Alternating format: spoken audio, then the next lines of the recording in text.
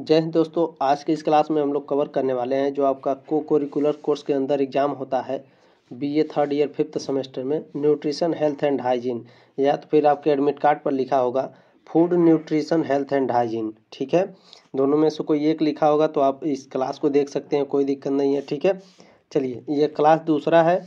इसके पहले जो भी क्लास हुए हैं आपको डिस्क्रिप्शन बॉक्स में लिंक मिल जाएगा प्लेलिस्ट का, आप लोग जाकर देख सकते हैं। ठीक है, इसमें 50 मोस्ट इंपॉर्टेंट MCQs हैं।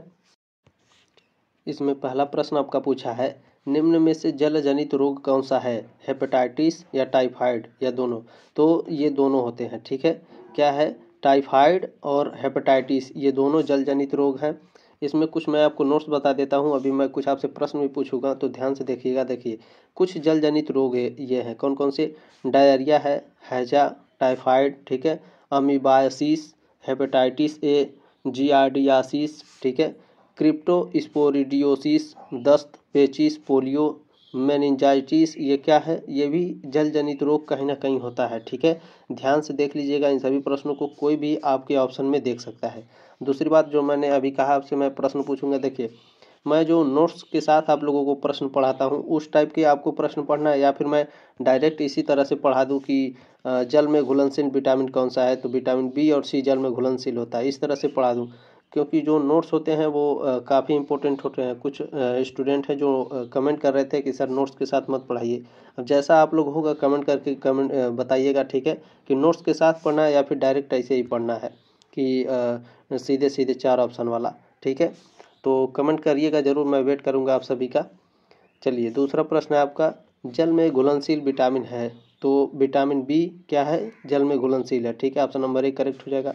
मैं यहाँ बता देता हूँ, जो विटामिन बी और सी होता है ये दोनों जल में घुलनशील होता है। ठीक है, और विटामिन ए, डी, ई और के ये क्या है? वसा में घुलनशील होता है। ठीक है, इससे आपके 2 प्रश्न पूछे जाएंगे, ये गारंटी है, याद रखिएगा। चलिए मैं यहाँ कुछ बता दे रहा हूँ आपको, पानी में घुलनशील विटामिन कौन कौन सी है। देखिए जो विटामिन बी से संबंधित जितने भी हैं, विटामिन B1, B2, ठीक है, B3, ठीक है, B5, B6, जितने भी विटामिन बी से संबंधित है वो जल में घुलनशील होते हैं, याद रखिएगा। ठीक है, विटामिन बी और सी जल में घुलनशील होते हैं, बाकी क्या होता है? बाकी आपका वसा में घुलनशील होता है। ठीक है, यहाँ मैं आपको बता देता हूँ, देखिए विटामिन B1 भी जल में घुलनशील होता है, थायमिन इसका नाम होता है रासायनिक नाम। ठीक है, विटामिन B2 का रासायनिक नाम राइबोफ्लेविन होता है, B3 नियासिन, B5 क्या है? पैंटोथेनिक एसिड, विटामिन B6 का यहाँ पे दिया ही नहीं है, आप लोग एक बार गूगल कर लीजिएगा। ठीक है, देखिए विटामिन B7 का नाम क्या है? बायोटीन, विटामिन B9 का रासायनिक नाम क्या है? फोलेट, ठीक है, विटामिन B12 का रासायनिक नाम क्या है? कोबालामिन, और विटामिन सी का आप सभी लोग जानते हैं स्कारबिक एसिड होता है, ये भी जल में घुलनशील होता है। ठीक है, चलिए याद रखेंगे इन सभी प्रश्नों को, कमेंट जरूर करिएगा, मैं वेट करूंगा आप सभी का। ठीक है, देखिए इनमें से कौन सा विटामिन घाव को भरने में सहायक होता है? तो विटामिन सी जो होता है वो घाव को भरने में सहायक होता है। क्यों सहायक होता है? क्योंकि विटामिन सी से क्या होता है? एंटी स्कारबिक होता है। ठीक है, यानी वो घाव को भरने में जल्दी सहायक होता है। वो हमारे शरीर में जो विटामिन सी होता है वो WBC की संख्या बढ़ाता है। ठीक है, वाइट ब्लड कार्पल्स का, इसीलिए क्या होता है कि रोग प्रतिरोधक क्षमता भी बढ़ता है विटामिन सी लेने से। ठीक है, इसलिए घाव जल्दी भरते हैं, याद रखिएगा विटामिन सी। आगे बढ़ते हैं, प्रश्न नंबर 4 क्या है आपका, निम्नलिखित में से कौन एक विटामिन ए का अच्छा स्रोत है? याद रखिएगा विटामिन ए का सबसे अच्छा स्रोत गाजर होता है। ठीक है, क्या होता है भैया? गाजर होता है, ऑप्शन नंबर डी करेक्ट हो जाएगा। उसके बाद क्या होता है? पपीता होता है, इस बात को याद रखिएगा, गाजर के बाद पपीता होता है। कभी कभी गाजर नहीं दिया रहेगा, पपीता दिया रहेगा, तो इस बात को याद रखेंगे। ठीक है, चलिए आगे बढ़ते हैं, प्रश्न नंबर 5 क्या है, कोल कैल्सीफेरॉल का सामान्य नाम क्या है? तो इसका सामान्य नाम क्या होता है? विटामिन डी का इसका सामान्य नाम है। ठीक है, कोल कैल्सीफेरॉल, या फिर कभी कभी कैल्सीफेरॉल देता है, तो याद रखिएगा विटामिन डी है। आगे बढ़ते हैं, प्रश्न नंबर 6। देखिए मैं नोट्स इसीलिए नहीं लिखा हूँ, आप लोग कमेंट किए थे। ठीक है, कमेंट करिएगा कैसे पढ़ना, क्योंकि नोट्स से कई सारे आपके डाउट भी क्लियर होते हैं। कई सारे जो 50 प्रश्न होते हैं वो डबल हो जाते हैं नोट्स की वजह से। ठीक है, 100 से करीब 120 130 प्रश्न हो जाते हैं अगर मैं 50 प्रश्न कराता हूँ तो। चलिए छठा प्रश्न आपका, व्यक्तिगत सफाई की कमी विशेष डैश साफ न करना सर्दी जुकाम का कारण बन जाता है। तो क्या होता है? हाथ अगर हम साफ नहीं करेंगे तो क्या होता है? सर्दी जुकाम का कारण बन जाता है। ठीक है, याद रखेंगे, ऑप्शन नंबर 1 करेक्ट हो जाएगा आपका। प्रश्न नंबर 7 है आपका, संतरे में कौन सा विटामिन पाया जाता है जो सर्दी जुकाम से बचाता है? सर्दी जुकाम से क्यों बचाता है? क्योंकि वह रोग प्रतिरोधक क्षमता बढ़ाता है। तो रोग प्रतिरोधक क्षमता कौन बढ़ाता है? Vitamin C. ठीक है, विटामिन सी लेने से क्या होता है? रोग प्रतिरोधक क्षमता बढ़ता है। इस पॉइंट को याद रखें। WBC की संख्या बढ़ाता है विटामिन सी। चलिए, WBC का पूरा नाम वाइट ब्लड कार्पल्स होता है। ठीक है, चलिए प्रश्न नंबर 8 आपका इसमें है, विटामिन डी का सबसे समृद्ध स्रोत है? मांस है, मछली के जिगर का तेल है, अंडा या फिर दूध है? तो विटामिन डी का सबसे समृद्ध स्रोत मछली के जिगर का तेल होता है। ठीक है, ऑप्शन नंबर बी करेक्ट हो जाएगा। याद रखिएगा, सबसे ज़्यादा विटामिन डी इसी में मिलता है। आगे बढ़ते हैं। प्रश्न नंबर 9 क्या है? पोषण अध्ययन में समाहित है। पोषण अध्ययन में क्या समाहित है? जीवों का भोजन, पाचन क्रिया, जिस तरह से एक जीव भोजन प्राप्त करता है, या फिर उपरोक्त सभी? तो पोषण, ठीक है, पोषण पूछ रहा है तो पाचन क्रिया हो जाएगा हमारा। ठीक है, पाचन क्रिया में पोषण अध्ययन समाहित होता है। जो मैंने फर्स्ट क्लास कराया था ना, इसीलिए मैं उसमें आपको कई सारे दिया था कि इससे संबंधित कौन से प्रश्न है। ठीक है, यहाँ मैं आपको बता देता हूँ। देखिए, विटामिन डी का सबसे समृद्ध स्रोत क्या है? मछली के जिगर का तेल। इससे संबंधित मैंने कई सारे प्रश्न कराए हैं। ठीक है, काफ़ी नोट्स वहाँ पर मैंने ज़्यादा लिखे थे। इसी से संबंधित आपके प्रश्न एग्जाम में पूछे जाएंगे। ठीक है, अगर आप देखे नहीं है इस क्लास को उस क्लास को तो ठीक है, प्लेलिस्ट में लिंक है, जा करके उस क्लास को देख लेंगे। चलिए, इसमें आगे बढ़ते हैं। इस प्रश्न को मैंने करा दिया। पोषण के अध्ययन में पाचन क्रिया समाहित होता है। अगर उस क्लास को देखे नहीं है तो देख लीजिएगा, बहुत ही इंपॉर्टेंट क्लास है। ठीक है, वो बेस है। ठीक है, जो न्यूट्रिशन फूड एंड हाइजीन का पेपर होता है वो उसका बेस है, याद रखिएगा, जो फर्स्ट क्लास है। विटामिन ई का रासायनिक नाम क्या है? बताइए। विटामिन ई का रासायनिक नाम टोकोफेरॉल होता है। ऑप्शन नंबर ए करेक्ट हो जाएगा। याद रखिएगा, आपके एग्जाम में रासायनिक सूत्र पूछता है, विटामिन ई का रासायनिक सूत्र बताइए। तो याद रखिएगा, विटामिन ई का रासायनिक सूत्र मैं यहाँ पे लिखा हूँ, ध्यान दीजिएगा। देखिए, टोकोफेरॉल विटामिन ई का रासायनिक नाम होता है और यौगिक का रासायनिक सूत्र C29H50O2 होता है। ठीक है, मैं लिख देता हूँ एक बार यहाँ पे C29। ठीक है, मैं फिर से लिख देता हूँ। देखिए, C29H50। ठीक है, और O क्या होता है भैया? O2 होता है। ठीक है, यह क्या है? यह टोकोफेरॉल यानी विटामिन ई का रासायनिक सूत्र है। ठीक है, चलिए प्रश्न नंबर 11 देखेंगे। क्या है आपका? इन्फ्लुएंजा बीमारी कौन सी निम्नलिखित वजह से होती है? बताइए। इन्फ्लुएंजा जीवाणु से होती है, वायरस से, कवक से या प्रोटोजोआ से? तो जो इन्फ्लुएंजा होता है वो वायरस के कारण होता है। ठीक है, ऑप्शन नंबर बी करेक्ट हो जाएगा आपका। प्रश्न नंबर 12 क्या है? विटामिन सी कार्य करता है सह एंजाइम विरोधी, एंटीऑक्सीडेंट या फिर अंतरिक्ष? तो विटामिन सी जो कार्य करता है वो एंटीऑक्सीडेंट के रूप में काम करता है। ठीक है, यानी रोग प्रतिरोधक क्षमता के रूप में काम करता है विटामिन सी। याद रखिएगा, इंग्लिश में भी और मैंने हिंदी में भी बता दिया है। प्रश्न नंबर 13 क्या है? मांस को परिभाषित किया जाता है। तो मांस को कैसे परिभाषित किया जाता है बताइए। सूखा गोश्त के रूप में, या फिर प्रोसेस्ड मांस के रूप में, या फिर मांस और उन्नत खाद्य हिस्सा मांस के, या उपचारित मांस के? तो जो मांस को हम परिभाषित करते हैं, मांस और मांस के जो उन्नत खाद्य हिस्से होते हैं उसके रूप में। ठीक है, ऑप्शन नंबर सी करेक्ट हो जाएगा आपका 13 का। अगला प्रश्न देखेंगे। प्रश्न नंबर 14 क्या है? निम्नलिखित में से एकल शर्करा है? बहुत ही इंपॉर्टेंट प्रश्न है, ये फेवरेट क्वेश्चन है फूड न्यूट्रिशन एंड हाइजीन का। तो याद रखिएगा, एकल शर्करा कौन से भैया? फ्रक्टोज है। ठीक है, याद रखिएगा, एकल शर्करा के कई और उदाहरण हैं जो इसमें नहीं दिया है ऑप्शन में। ठीक है, इसलिए मैं नोट्स को कहता हूँ दोस्तों कि नोट्स आप पढ़ लीजिए। ठीक है, नोट्स में कई सारे आपके जो एकल शर्करा के कई सारे उदाहरण हैं, तो यहाँ पे मैं देख रहा हूँ। देखिए, नोट्स को ध्यान से पढ़िएगा। ग्लूकोज, फ्रक्टोज और गलैक्टोज मोनोसैकेराइड यानी एकल शर्करा के उदाहरण हैं। ठीक है, कौन कौन से? Glucose, fructose, गलैक्टोज। ठीक है, और ये सभी क्या हैं? एकल शर्करा के उदाहरण हैं। ये कार्बोहाइड्रेट की सबसे बुनियादी इकाइयां हैं, इस बात को याद रखिएगा। ठीक है, यहाँ पर देखिए आपका दिया ही नहीं है ऑप्शन में, कहीं भी देखिए गलैक्टोज या फिर ग्लूकोज कहीं दिया है? नहीं दिया है। ठीक है, इसीलिए नोट्स को मैं पढ़ाता हूँ ताकि आपका एक भी प्रश्न मैं नहीं चाहता आपका गलत हो। ठीक है, क्योंकि मैं मेहनत करता हूँ तो मैं नहीं चाहता कि आपका एक भी प्रश्न गलत हो। चलिए, कोई दिक्कत नहीं है, फ्रक्टोज है इसमें। ठीक है, एकल शर्करा। आगे बढ़ते हैं। और इसका देख लीजिए, फ्रक्टोज का रासायनिक सूत्र होता है चीनी, ठीक है, चीनी हो या फ्रक्टोज हो या सुक्रोज हो, ठीक है, C6H12O6 होता है, ठीक है, C6, ठीक है, H12 और O6, ये क्या है, सुक्रोज, चीनी का सूत्र होता है, इस पॉइंट को याद रखिएगा।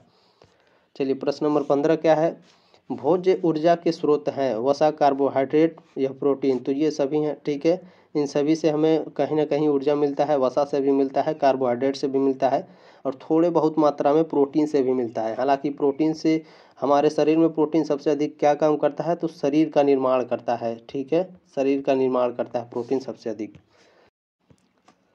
प्रश्न नंबर 16 आपका पूछा है, निम्नलिखित में से किस पोषक तत्व की कमी से मेगालोब्लास्टिक एनीमिया होता है, तो यह आपकी फोलिक एसिड की कमी से होता है, ठीक है, ऑप्शन नंबर सी करेक्ट हो जाएगा आपका।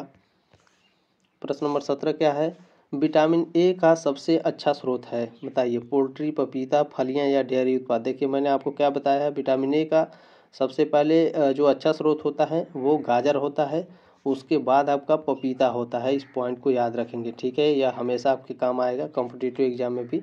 तो ऑप्शन नंबर बी करेक्ट है आपका, पपीता। चलिए प्रश्न नंबर 18 क्या है, विटामिन के का वैज्ञानिक नाम क्या है, बताइए, विटामिन के का वैज्ञानिक नाम क्या है, फाइलोक्विनान या फिर फिलोक्विनान, कभी कभी लिख करके देता है, तो दोनों याद रखिए, ठीक है, ऑप्शन नंबर डी करेक्ट हो जाएगा आपका। प्रश्न नंबर 19 आपका क्या पूछा है, ब्रेड, चावल व पास्ता उच्च स्रोत हैं कार्बोज के, विटामिन सी के, कैल्शियम के, या इनमें से कोई नहीं। तो ब्रेड, चावल व पास्ता जो उच्च स्रोत होते हैं वह आपके कार्बोज के होते हैं, ठीक है, ऑप्शन नंबर ए करेक्ट हो जाएगा आपका।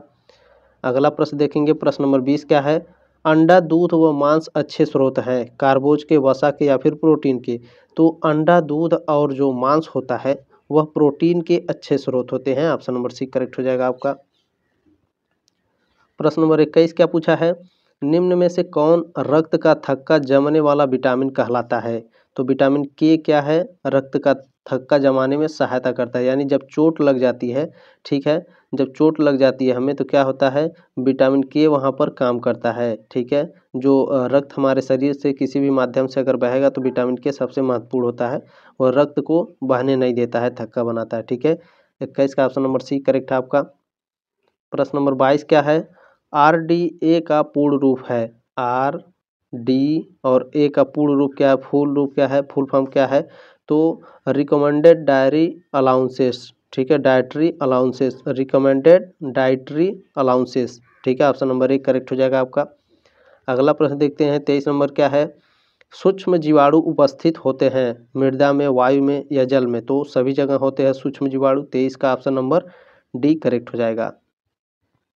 प्रश्न नंबर 24 क्या है, प्रोटीन के कार्य हैं ऊर्जा प्रदान करना, शरीर का निर्माण करना, यही ऑप्शन नंबर बी करेक्ट हो जाएगा हमारा, ठीक है, प्रोटीन का सबसे महत्वपूर्ण कार्य क्या होता है, शरीर का निर्माण करना, ठीक है। चलिए प्रश्न नंबर 25 क्या है, लौह तत्व की कमी से होने वाला रोग है, यानी अगर हमारे शरीर में लोहे की कमी हो जाएगी तो हमको कौन सी बीमारी हो जाएगी, एनीमिया हो जाता है, ठीक है, ऑप्शन नंबर बी करेक्ट हो जाएगा 25 का। प्रश्न नंबर 26 क्या है, व्यक्तिगत स्वच्छता, बताइए, व्यक्तिगत स्वच्छता क्या होता है, अच्छी आदतों का संग्रह होता है जो जो स्वच्छ व स्वस्थ रखने के लिए करते हैं, ठीक है, ऑप्शन नंबर डी करेक्ट हो जाएगा आपका। प्रश्न नंबर 27 आपका क्या पूछा है, ध्यान देंगे, देखिए, वसा में घुलनशील विटामिन है, विटामिन ए, डी, ई और के, ठीक है, ए डी ई और के होता है, तो यहाँ पर ऑप्शन नंबर डी करेक्ट हो जाएगा, उपरोक्त सभी, के नहीं दिया है फिर भी ई, डी और ए क्या है, वसा में घुलनशील है। चलिए आगे बढ़ते हैं, 28 नंबर प्रश्न क्या है, जल में घुलनशील विटामिन क्या है, तो विटामिन बी और सी जल में घुलनशील होता है, तो विटामिन बी, ठीक है, ऑप्शन नंबर बी हमारा करेक्ट हो जाएगा, विटामिन बी क्या है, जल में घुलनशील है, ए और डी क्या है, वसा में है। चलिए 29 नंबर प्रश्न क्या है, प्रोटीन बना होता है, बताइए, प्रोटीन किसका बना होता है, तो प्रोटीन अमीनो अम्ल का बना होता है, ऑप्शन नंबर बी आपका करेक्ट है, ठीक है।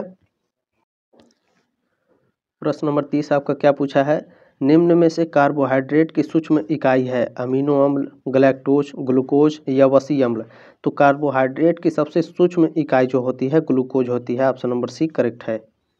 चलिए अगला प्रश्न आपका क्या है, 31 नंबर, कार्बोज का उदाहरण है, कार्बोज का उदाहरण इनमें से कौन सा है? तो पूर्ण अनाज का आटा, ओट्स और शहद, ये तीनों होते हैं। ठीक है, ऑप्शन नंबर डी करेक्ट हो जाएगा आपका। अगला प्रश्न देखेंगे 32 नंबर क्या है? विटामिन ए की कमी से होने वाला रोग है, तो रतौंधी हो जाता है। ठीक है, ऑप्शन नंबर सी करेक्ट है। रतौंधी विटामिन ए की कमी से होता है, ऑप्शन नंबर सी करेक्ट है। चलिए अगला देखते हैं 33 नंबर प्रश्न क्या है आपका? विटामिन एच का वैज्ञानिक नाम क्या है? बताइए। आप कहेंगे सर विटामिन एच कहाँ होता है? बिल्कुल होता है। देखिए विटामिन एच का वैज्ञानिक नाम बायोटीन होता है। ठीक है, ऑप्शन नंबर बी करेक्ट हो जाएगा। चलिए अभी मैं नोट्स के माध्यम से आपके सारे डाउट क्लियर कर देता हूँ। देखिए विटामिन एच का वैज्ञानिक नाम बायोटीन है। ठीक है, इस विटामिन को B7 कहा जाता है। ठीक है, B7 का क्या नाम है? बायोटीन। अभी मैंने ऊपर रासायनिक नाम पढ़ाया आपको। ठीक है, कल भी आपको पढ़ाया था मैं बायोटीन। ठीक है, बायोटीन क्या है? विटामिन B7 का नाम है। विटामिन जो बायोटीन होता है इसे विटामिन एच भी कहा जाता है। ठीक है, चलिए आगे बढ़ते हैं। 34 नंबर प्रश्न क्या है आपका? पीले फल व सब्जियां अच्छे स्रोत हैं, तो विटामिन सी के अच्छे स्रोत होते हैं पीले फल व सब्जियां। चलिए 35 नंबर प्रश्न क्या है? PEM के अंतर्गत निम्न में से कौन सा रोग आता है? क्या PE और M, ठीक है, इसके अंतर्गत कौन सा रोग आता है? तो क्वाशियोरकर और मरासमस। ठीक है, ये दोनों रोग आते हैं, ऑप्शन नंबर सी करेक्ट हो जाएगा। तो सर ये PEM क्या होता है? चलिए मैं इसके बारे में आपको बता देता हूँ। देखिए PEM का फुल फॉर्म होता है प्रोटीन ऊर्जा कुपोषण। ठीक है, PE और M क्या मतलब है इसका? प्रोटीन ऊर्जा और कुपोषण। PEM के अंतर्गत आने वाले रोग ये हैं, कौन कौन से भैया? सूखा रोग, क्वाशियोरकर और मरासमस। ठीक है, याद रखिएगा सूखा रोग भी होता है, PEM के अंतर्गत आता है, इस पॉइंट को याद रखिएगा। चलिए प्रश्न नंबर 36 क्या है? विटामिन B1 कहलाता है राइबोफ्लेविन, थायमिन, नियासिन या एस्कॉर्बिक एसिड। बताइए, अभी मैंने ऊपर आपको पढ़ाया है, इसका उत्तर कौन सा होगा? तो विटामिन B1 का रासायनिक नाम क्या है? थायमिन। याद रखिए विटामिन B बोले या फिर B1 बोले, दोनों का मतलब एक ही होता है, इस पॉइंट को याद रखिएगा। ठीक है, विटामिन B1 का रासायनिक नाम थायमिन है और विटामिन B का भी रासायनिक नाम थायमिन है, दोनों एक ही होता है। ठीक है, वन लगाने देने से अलग नहीं हो जाएगा। ठीक है, चलिए प्रश्न नंबर 37 क्या है? विटामिन सी कहलाता है राइबोफ्लेविन, थायमिन, नियासिन या एस्कॉर्बिक एसिड। तो ऊपर मैंने अभी आपको बताया एक बार, विटामिन सी एस्कॉर्बिक एसिड कहलाता है। ठीक है, रोग प्रतिरोधक क्षमता बढ़ाता है। 37 का ऑप्शन नंबर डी करेक्ट हो जाएगा। प्रश्न नंबर 38 क्या है? निम्न में से कौन सा संक्रामक रोग है? बताइए, संक्रामक रोग कौन सा है? चेचक है, कैंसर है, हृदयघात है या एलर्जी है? तो चेचक क्या होता है भैया? यह आपके संक्रमण रोग है। ठीक है, ऑप्शन नंबर 1 करेक्ट हो जाएगा। 39 नंबर प्रश्न क्या है? आहार्य रेशे के प्रकार हैं, तो घुलनशील रेखा और अघुलनशील रेखा, ये दोनों क्या भैया? ये दोनों आहार्य रेशे के प्रकार हैं। चलिए अगला प्रश्न देखेंगे 40 नंबर क्या है? मलेरिया का कारण है, मलेरिया किसके कारण होता है भैया? प्रोटोजोआ, बैक्टीरिया, फंजाई या फिर वायरस के? तो जो मलेरिया होता है यह वायरस के कारण होता है। ठीक है, एनाफिलीज मच्छर के कारण। अब ये आपके एग्जाम में पूछता है, ठीक है, कि मलेरिया जिसके कारण होता है वायरस के, उस वायरस का क्या नाम है? ठीक है, तो जान लीजिए उस वायरस का भी क्या नाम होता है, पूछ लेगा तो गलत मत करिए। देखिए प्लाज्मोडियस विवेक्स। ठीक है, ये क्या है? ये मलेरिया बुखार के वायरस का नाम है। ठीक है, प्लाज्मोडियम विवेक्स। ठीक है, इसी के कारण क्या होता है भैया? मलेरिया होता है। चलिए अगला प्रश्न आपका देखते हैं 41 नंबर प्रश्न क्या है? आवश्यक एमिनो एसिड की संख्या होती है, तो आवश्यक एमिनो एसिड की संख्या 9 होती है, ऑप्शन नंबर बी करेक्ट हो जाएगा हमारा। प्रश्न नंबर 42 क्या है? प्राणीज जगत से भोज्य प्राप्त पदार्थों से प्राप्त होने वाली प्रोटीन को क्या कहा जाता है? यानी प्राणी जगत से जो भोजन प्राप्त करते हैं, ठीक है, तो उनसे प्राप्त होने वाली प्रोटीन को क्या कहा जाता है? तो प्राणीज प्रोटीन कहा जाता है, ऑप्शन नंबर बी करेक्ट हो जाएगा। चलिए प्रश्न नंबर 43 क्या है? प्रोटीन प्राप्ति के साधन हैं सोयाबीन, मूंगफली, ये सेम। तो सबसे ज़्यादा प्रोटीन हमारा सोयाबीन में होता है। ठीक है, लेकिन मूंगफली और सेम में भी होता है प्रोटीन, तो ऑप्शन नंबर डी हमारा करेक्ट हो जाएगा। ठीक है, उपरोक्त सभी। चलिए अगला प्रश्न आपका देखते हैं 44 नंबर क्या है? क्वाशियोरकर रोग की खोज सर्वप्रथम की गई, बताइए 1998 में, 1993 में, 1959 या 1956 में? तो क्वाशियोरकर रोग की जो खोज हुई है यह आपका हुआ है 1993 में। ठीक है, ऑप्शन नंबर बी आपका करेक्ट हो जाएगा। अगला प्रश्न आपका देखेंगे 45 नंबर क्या है? दूध में प्रोटीन के रूप में होती है केसिन, एल्बुमिन, ग्लूटीन या फिर मायोसिन। तो दूध में जो प्रोटीन के रूप में होता है वह आपका केसिन होता है। ऑप्शन नंबर ए करेक्ट हो जाएगा। ठीक है, चलिए दूध में जो प्रोटीन होता है उसे केसिन कहा जाता है, इस पॉइंट को याद रखेंगे। चलिए 46 नंबर प्रश्न क्या है, दालों में सबसे अधिक मात्रा में मिलता है कार्बोज, प्रोटीन, विटामिन या फिर शक्तिवर्धक तत्व होते हैं। तो दालों में सबसे अधिक आप जानते हैं प्रोटीन मिलता है जो हमारे शरीर का निर्माण करता है। ठीक है, चलिए 47 नंबर प्रश्न क्या है, निम्न में से वनस्पति प्रोटीन का शरीर निर्माण मूल्य है, बताइए। वनस्पति प्रोटीन का शरीर निर्माण मूल्य कितना है, यानी परसेंटेज कितना है। तो जो 35 से 40% होता है, इससे क्या है वनस्पति प्रोटीन का शरीर निर्माण का मूल्य होता है। ठीक है, चलिए आगे बढ़ते हैं। आपका अगला प्रश्न देखते हैं क्या पूछा है इसमें। प्रश्न नंबर 48 पूछा है, निम्न में से प्रोटीन का आवश्यक तत्व है हाइड्रोजन, कार्बन, नाइट्रोजन या उपरोक्त सभी। तो ऑप्शन नंबर डी करेक्ट हो जाएगा। ठीक है, चलिए अगला प्रश्न आपका देखते हैं। 49 नंबर प्रश्न क्या है, कार्बोहाइड्रेट प्राप्ति के मुख्य स्रोत हैं। कार्बोहाइड्रेट प्राप्ति के मुख्य स्रोत होते हैं शक्कर, गुड़ और शकरकंद। ठीक है, ऑप्शन नंबर डी करेक्ट हो जाएगा, उपरोक्त सभी। चलिए प्रश्न नंबर 50 क्या है, एक जटिल कार्बोज है। तो क्या है, सेल्यूलोज क्या है भैया, एक जटिल कार्बोज है। ठीक है, ऑप्शन नंबर बी करेक्ट हो जाएगा आपका। कमेंट जरूर करिएगा दोस्तों कि आप लोग नोट्स के साथ पढ़ेंगे या फिर ऐसे डायरेक्ट पढ़ेंगे। ठीक है, चलिए कोई दिक्कत नहीं है। अगर 50 प्रश्न रहेगा तो नोट्स पढ़ेंगे तो करीब करीब आपके 100 से 130-40 प्रश्न हो जाते हैं। तो जैसा आप लोग कहिएगा मैं उसी तरह से क्लास कराऊंगा। ठीक है, चलिए मिलते हैं नेक्स्ट क्लास में, तब तक ले जय हिंद, वंदे मातरम।